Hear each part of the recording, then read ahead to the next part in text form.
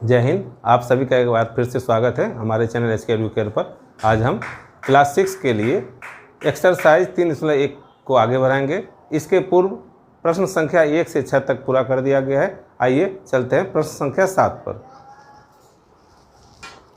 प्रश्न संख्या 7 है, सबसे छोटी अभाज्य संख्या बताएं। क्या है? 7 सबसे छोटी अभाज्य संख्या बताएं। तो सबसे पहले अभाज्य संख्या होता क्या है? तो अभाज्य संख्या होता क्या है, पहले यह जानना जरूरी है। अभाज्य संख्या किसे कहते हैं? तो वैसी संख्या जिसके सिर्फ 2 गुणनखंड हो, वैसी संख्या जिसके सिर्फ 2 गुणनखंड हो अभाज्य संख्या कहलाती है। या जिन संख्याओं के केवल 2 ही गुणनखंड होते हैं वैसी संख्या को अभाज्य संख्या कहते हैं।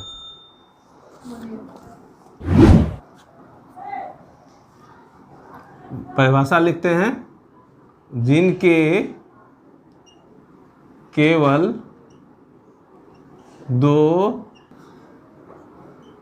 गुणनखंड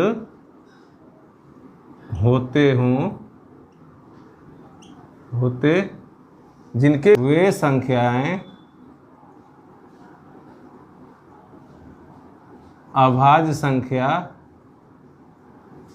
कहलाती है। जैसे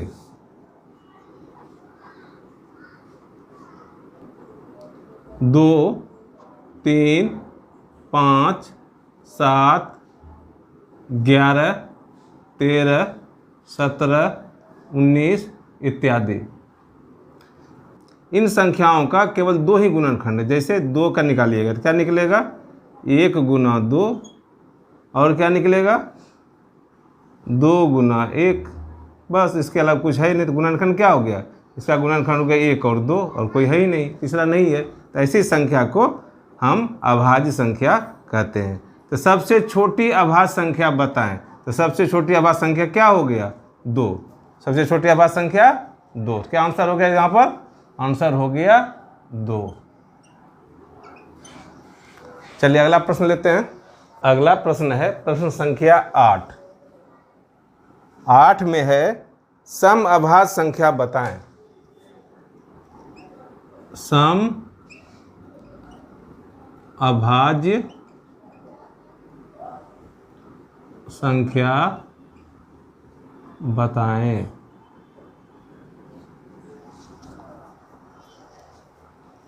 तो सबसे छोटी संख्या क्या है? सबसे छोटी अभाज्य संख्या कौन सी है? 2 है। तो सम अभाज्य संख्या कौन है? 2 है। इसका भी आंसर यही हो जाएगा। अब अगला प्रश्न लेते हैं। अगला प्रश्न है प्रश्न संख्या 9। प्रश्न संख्या 9 है, 3 अभाज्य युग्म का उदाहरण दें। 3 अभाज्य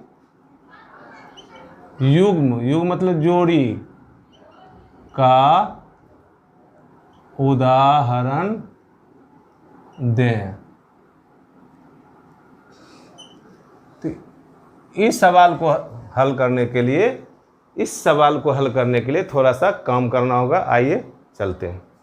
आइए इसके लिए अभाज्य युग्म खोजने के लिए थोड़ा सा काम करते हैं। सबसे पहले संख्या 1 है, 1 को काट देते हैं, क्योंकि ये न तो अभाज्य संख्या है और न अभाज्य संख्या है। चलिए, अब पहली बार आपको मिला अभाज्य संख्या 2। 2 का गुणज जो है उसको काटते थे। 2 दूना 4 कट जाएगा, फिर 6, फिर 8, फिर 10, 12, 14, 16, 18, 20, 22, 24, 26, 28, 30, 32, 34, 36, 38, 40, 42, 44, 46, 48, 50, 52, 53, 52, 54, 56, 58, 60, 62, 64, उसके बाद 66, 68, 70, 72, 74, 76, 78, 80, 82, 84, 86, 88, 90, 92, 94, 98, 98 और 100। 2 से जो कटने वाली संख्या था उसको हम काट दिए। अब 3 से काटते हैं। अगली संख्या लेते हैं 3। 3 का गुणज क्या होगा? 3 दूनी 6 कटा हुआ है, फिर 3 तिया 9 कटेगा, फिर 3 चौके 12 कटा हुआ, 3 पचे 15 कटेगा, उसके बाद 3 छः 18, फिर 21 कटेगा, 24 कटा हुआ है, 27 कटेगा, फिर 30, फिर 33 कटेगा, 36 कटा हुआ, 39 कटेगा, 39 बार 42 कटा हुआ, 45 कटेगा, फिर 3 का 48 कटा हुआ है, फिर 51 कटेगा, फिर 54 कटा हुआ है, फिर 57 कटेगा, फिर 60 कटा हुआ है, फिर 63 कटेगा, फिर 66 कटा हुआ है, 69 कटेगा, फिर 3 के बाद 72 कटा हुआ है, फिर 75 कटेगा, 75 के बाद फिर 78 कटा हुआ है, फिर 81 कटेगा, 81 के बाद 84 कटा हुआ है, 84 के बाद 87 कटेगा, 87 के बाद 90 कटेगा, 90 के बाद 93, 93 के बाद 96 कटा हुआ है, उसका 99, 3 से कट गया। अब अगली संख्या है 5। 5 का जो गुणज है उसको काटते हैं। 5 10 कटा हुआ है, 15, 20, 25 कट गया, उसका 30 कटा हुआ है, 35 कट गया, 40 कटा हुआ, 45 कटा हुआ, 50, 55 कट गया, फिर 65 कट गया, 70 75 कटा हुआ है, 85 कट गया, फिर 95 कट गया, फिर 100 कट गया। अब अगली संख्या है 7। 7 का गुणज कौन कौन बचा हुआ है? 11 नहीं कटेगा, 17 भी नहीं कटेगा, 19 भी नहीं कटेगा, 23 भी नहीं कटेगा, 29 भी नहीं कटेगा, 31 भी नहीं कटेगा, 37 नहीं कटेगा, 41 नहीं कटेगा, 7 से 47 भी नहीं कटेगा, 53 नहीं कटेगा, 59 भी नहीं कटेगा, 61 भी नहीं कटेगा, 67 नहीं कटेगा, 71 नहीं कटेगा, 73 नहीं कटेगा, 77 कट जाएगा, उसके बाद 79 भी नहीं कटेगा, 83 भी नहीं कटेगा, 89 भी नहीं कटेगा, 91 कट जाएगा। अब इसके बाद 11 का गुणज कौन है? 11 दूनी 22 कटा हुआ है, फिर 33 कटा हुआ है, सब कटा हुआ है। अब जो जो संख्या बच गई वह सब संख्या अभाज्य संख्या हो गई। कौन संख्या हो गई? अभाज्य संख्या। इनके केवल 2 ही गुणनखंड निकल सकते हैं, ऐसी संख्या को अभाज्य संख्या कहते हैं। अभाज्य संख्या यहाँ पर 49 भी कट जाएगा 60 से।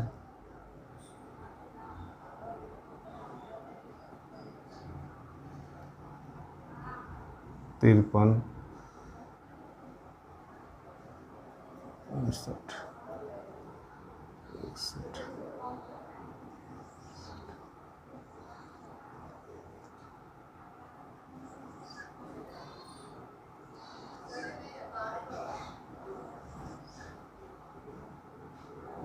रुकिए तो। अब सवाल है 3 अभाज्य युग्म का उदाहरण देना है। अब प्रश्न संख्या 9 में था 3 अभाज्य युग्म का उदाहरण देना। तो यहाँ अभाज्य संख्या निकाल चुके हैं, जोड़ी खोजना है। एक के बाद एक कहाँ पर है? जैसे एक यहाँ 11 है, एक 13 है, तो पहला अभाज्य युग्म क्या हो गया आपका? अभाज्य युग्म।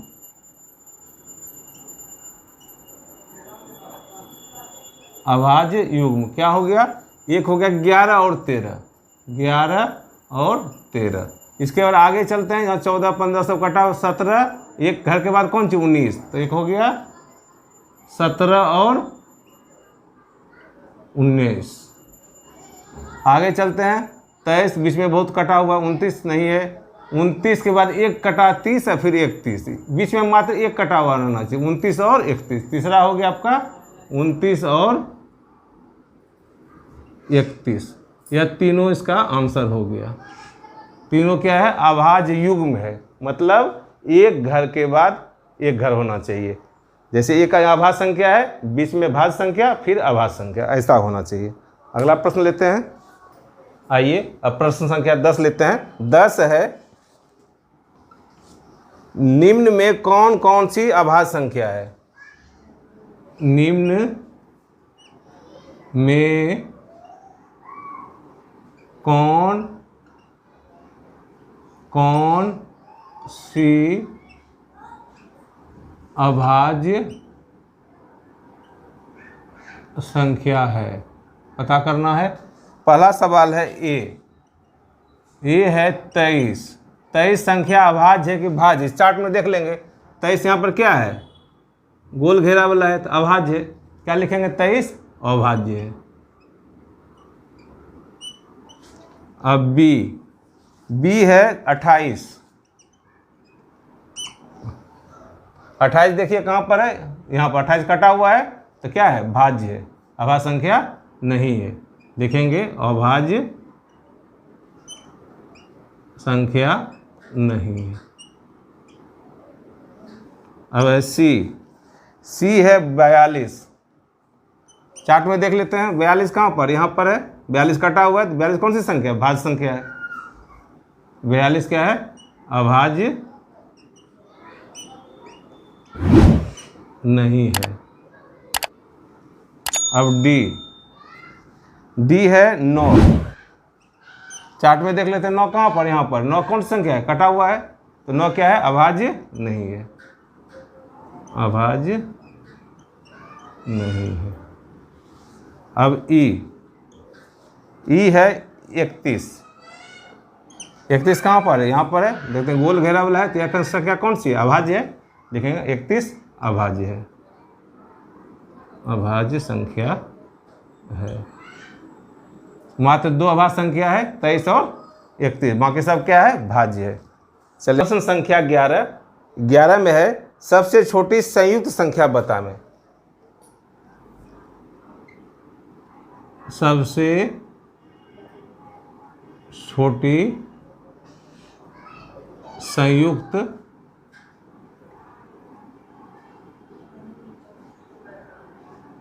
संख्या बताएं। तो सबसे पहले जानना है कि संयुक्त संख्या होता क्या है। संयुक्त संख्या क्या होता है या किसे कहते हैं। तो वैसी संख्या जिसके 2 से ज़्यादा गुणनखंड हो संयुक्त संख्या कहते हैं। अर्थात जिस संख्या का गुणनखंड 2 से ज़्यादा हो वैसी संख्या को संयुक्त संख्या कहते हैं। आइए परिभाषा लिखते हैं। जिनके 2 से अधिक गुणनखंड हो वैसी संख्या को संयुक्त संख्या कहते हैं। संयुक्त संख्या कहते हैं। आइए संयुक्त संख्या पता करते हैं चार्ट पर। आइए यहाँ देखते हैं 1 है, 1 का मात्र 1 गुणज है, एक ही गुणनखंड होता है, 1 का मात्र छोड़ दिए। और 2 का मात्र 2 गुणनखंड है और 3 का भी 2 गुणनखंड है। और पहली संख्या देखिए यहाँ पर 4 जिसका 2 से ज़्यादा गुणनखंड है। देख लेते हैं, आइए चेक करते हैं। पहली संयुक्त संख्या सबसे छोटी जो है 4 है। 4 का गुणज निकालने क्या करें, गुणनखंड 4 का गुणनखंड निकालने कैसे निकालें, 1 गुना 4 1 हो गया। फिर क्या क्या हो सकता है, 2 गुना 2, फिर क्या होगा 4 गुना 1। गुणनखंड क्या क्या निकलेगा, निकलेगा 1 2 4। तो पहली संख्या है जिनका 2 से ज़्यादा गुणनखंड है। तो क्या इसका आंसर हो गया, इसका आंसर हो गया 4। आंसर क्या हो गया 4। मतलब सबसे छोटी संयुक्त संख्या कौन सी होती है, तो 4 होती है। यही इसका आंसर हुआ। अगला प्रश्न लेते हैं, प्रश्न संख्या 12। 100 से कम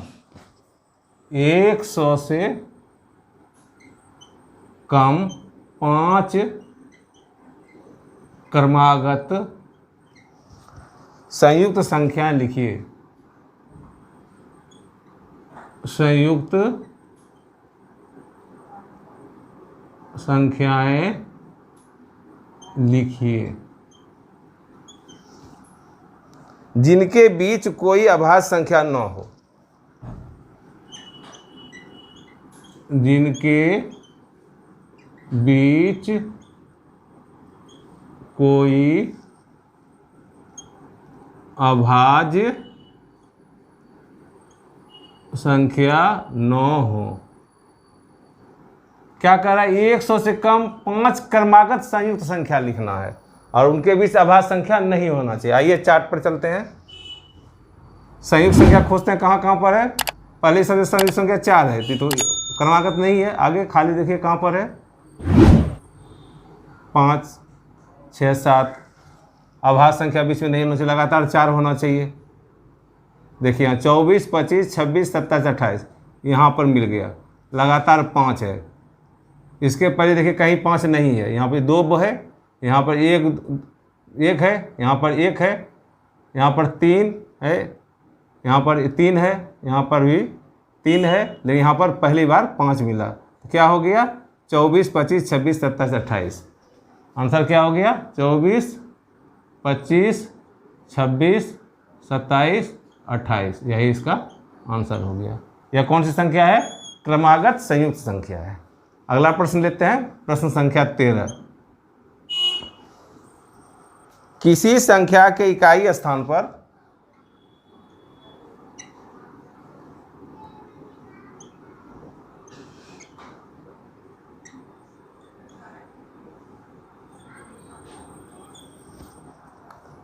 पाँच है,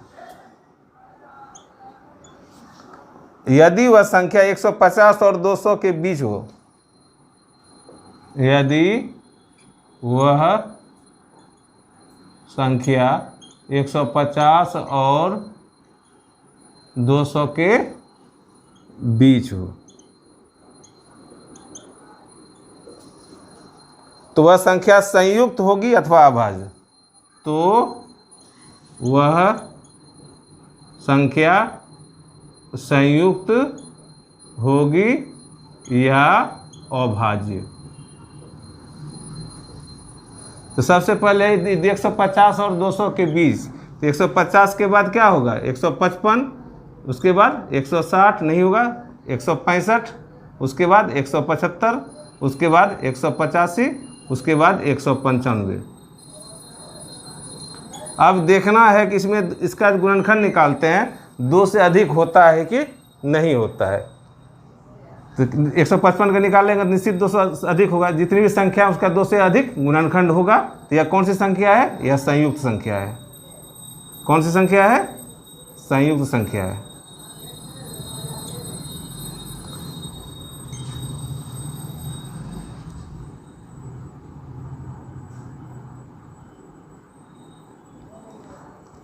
अगला प्रश्न लेते हैं, 10 से बड़ी किसी संख्या के अभाज्य होने के लिए उसके इकाई स्थान पर कौन से अंक हो सकते हैं। चार्ट में देख लेते हैं, 10 से बड़ी है, अभाज्य होने के लिए एक संख्या यहाँ पर इकाई स्थान पर क्या निकल गया, इकाई स्थान पर पहली अभाज्य संख्या 11, 1 हो गया इकाई स्थान पर। उसके बाद चलते हैं 13 के इकाई स्थान पर 3 है। उसके बाद 17 के इकाई स्थान पर 7 है। उसके बाद 19 के इकाई स्थान पर 9 है। आगे बढ़ते जाइए, 23 3 आ चुका है, फिर 29 के 9 आ चुका है, 31 का 1 आ चुका है, 37 का 7 आ चुका है, 43 का 7 सब आ चुका है। बस यही आंसर इसका होगा। अब लेते हैं प्रश्न संख्या 15 है, क्या कोई ऐसी भी संख्या है जिसका कोई गुणनखंड न हो। ऐसी कोई भी संख्या नहीं है जिसका गुणनखंड नहीं हो। नहीं, इसका आंसर क्या हो जाएगा, नहीं। कोई भी संख्या का गुणनखंड निकलेगा, कम से कम 1 से तो जरूर भाग लेता है।